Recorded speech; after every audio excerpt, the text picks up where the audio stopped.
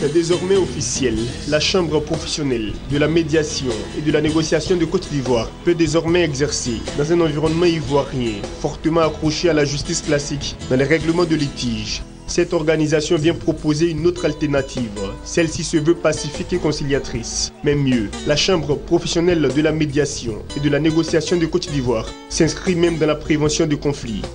On attendait ça depuis très longtemps. Voilà, c'est une longue marche, une longue histoire. Mais aujourd'hui, voit le jour, j'allais dire, le démarrage officiel de nos activités. Donc la Chambre de médiation et la négociation Côte d'Ivoire, comme je l'ai dit tout à l'heure, est une délégation de la Chambre professionnelle de la médiation et de la négociation, qui est une organisation internationale. Donc nous sommes la délégation ivoirienne, la première délégation d'Afrique, puisque depuis que je suis venu, c'est la première délégation que je viens de créer. On en fera d'autres, etc.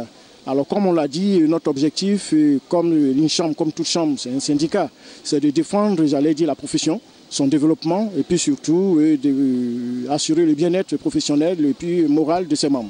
En marge du lancement des activités de la Chambre professionnelle de la médiation et de la négociation de Côte d'Ivoire a été présentée la deuxième promotion des médiateurs professionnels.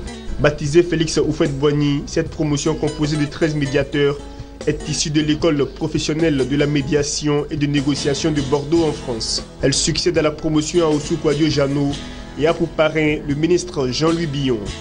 Maintenant que j'ai mon diplôme, je suis très contente de l'avoir reçu et c'est à l'issue d'une formation qualifiante. Donc je pense que j'ai toutes les qualités qu'il faut pour développer cette activité en Côte d'Ivoire. Nous nous engageons, comme on l'a appris à la formation, à conduire le projet relationnel, soit par des anticipations donc en amont. Il ne faut pas attendre qu'il y ait un conflit. Avant de le régler, il faut pouvoir l'anticiper.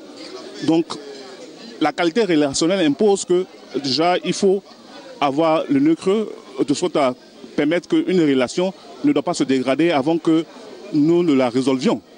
Parce que c'est vrai que notre métier, c'est de résoudre tout conflit, mais c'est surtout d'accompagner le projet relationnel.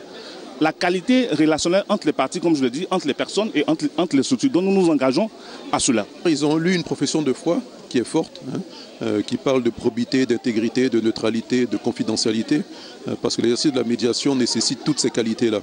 Et c'est un nouvel outil à la disposition des Ivoiriens pour plusieurs problématiques, pour anticiper sur les conflits éventuels ou les mésententes en entreprise. Donc c'est une forte responsabilité qu'ils ont et en tant que parrain, j'ai été fier de les accompagner le long de ce processus et de leur prodiguer les conseils aujourd'hui de respect de leur profession de foi.